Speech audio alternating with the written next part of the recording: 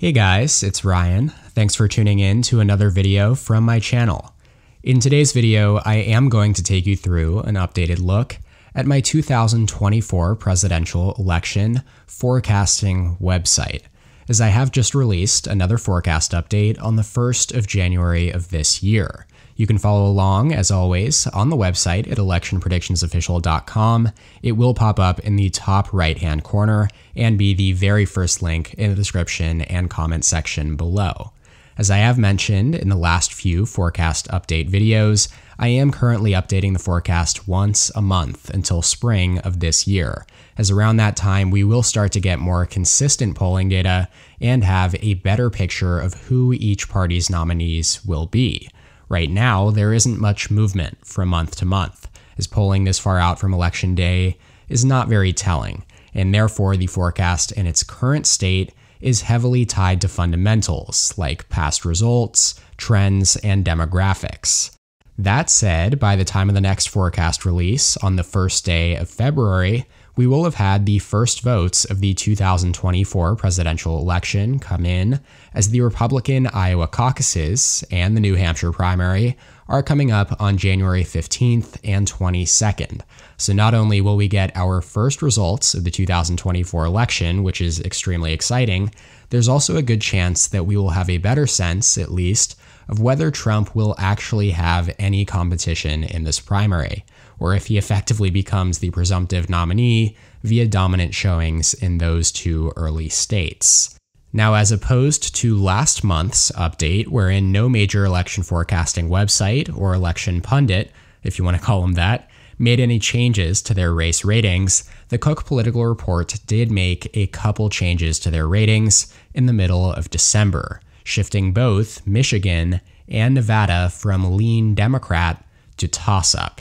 That, along with the many polls released in December assessing the national popular vote, as well as the state of play in individual battleground states, are the primary drivers of the top-line movement you see here since the start of last month. The incumbent Democrat, President Joe Biden, continues to poll very poorly, both in his personal job approval rating and also head-to-head against the current frontrunner for the Republican nomination, former President Donald Trump.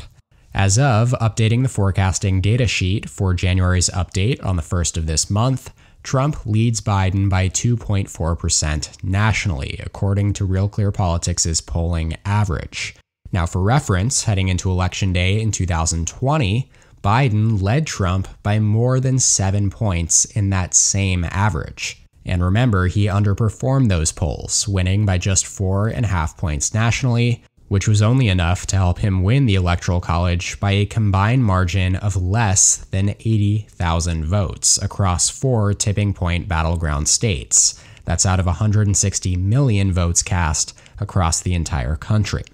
These favorable data points for Trump do seem to be influencing prediction markets on PredictIt and Polymarket as well, which have proven themselves in recent election cycles to be very accurate assessors of the state of play, as well as final results. Democrats are now only favored to win the 2024 election on PredictIt by 4 cents, as opposed to being favored by 10 cents at the start of December.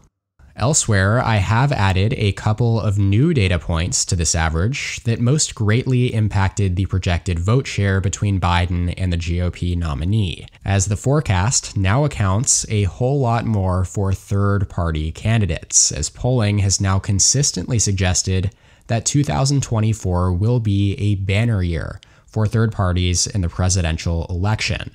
As of January 1st, independents Robert F. Kennedy Jr.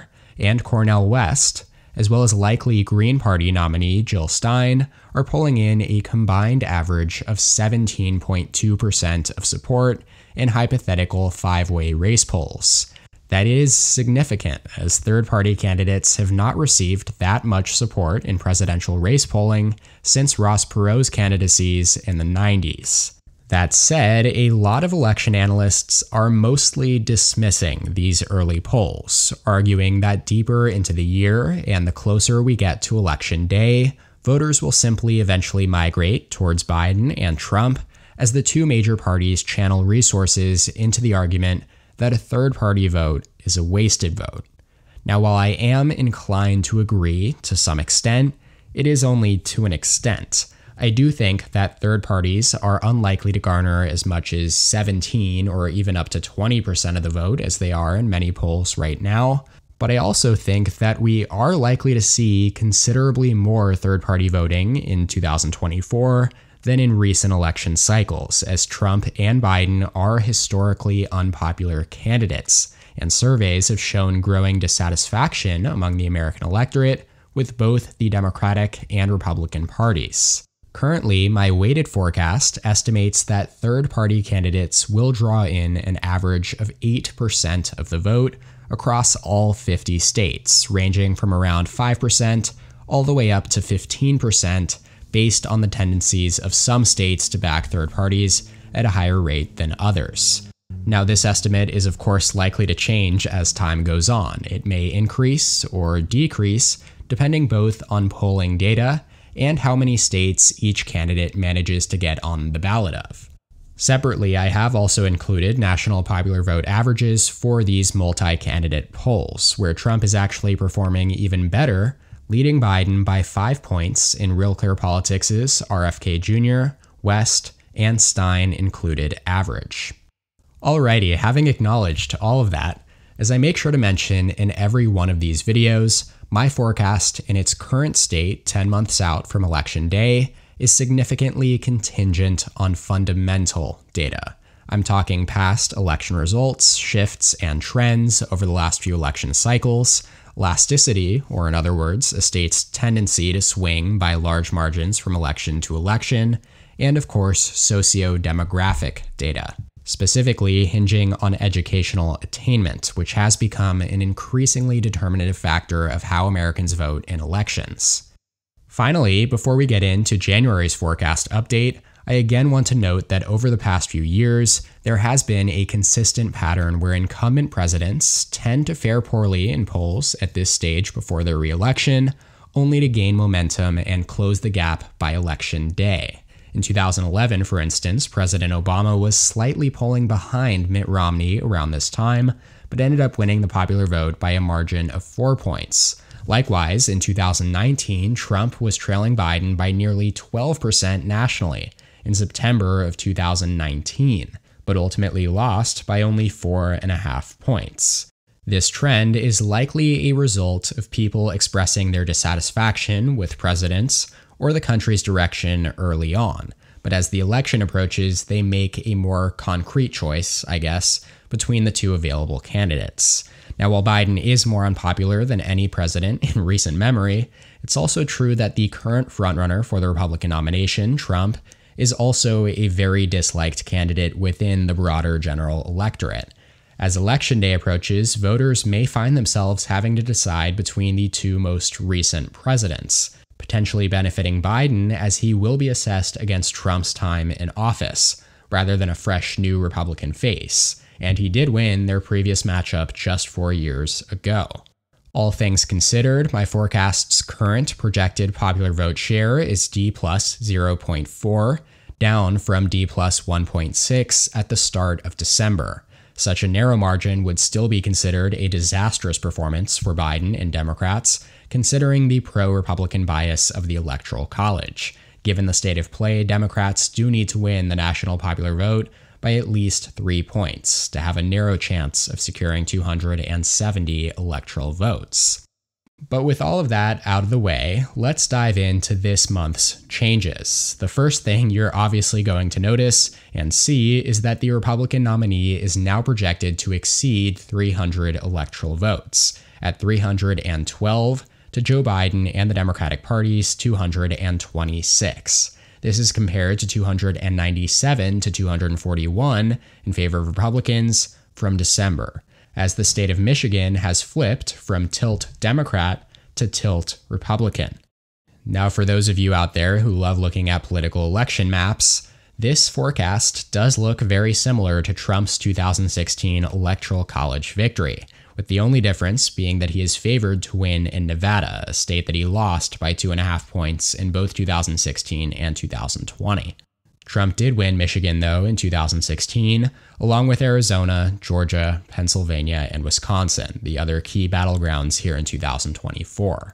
The only other rating change in this month's forecast is that Florida is now classified as likely Republican as opposed to lean Republican, with Trump's projected margin of victory in the Sunshine State now at 7.5 points.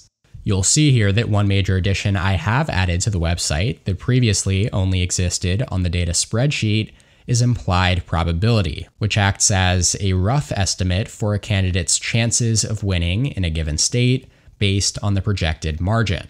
So, for example, in Florida, Trump's implied probability, or likelihood of winning the state, is 74.5%, while over in a state like Alabama, which is much more deeply Republican, his probability is greater than 99.9%.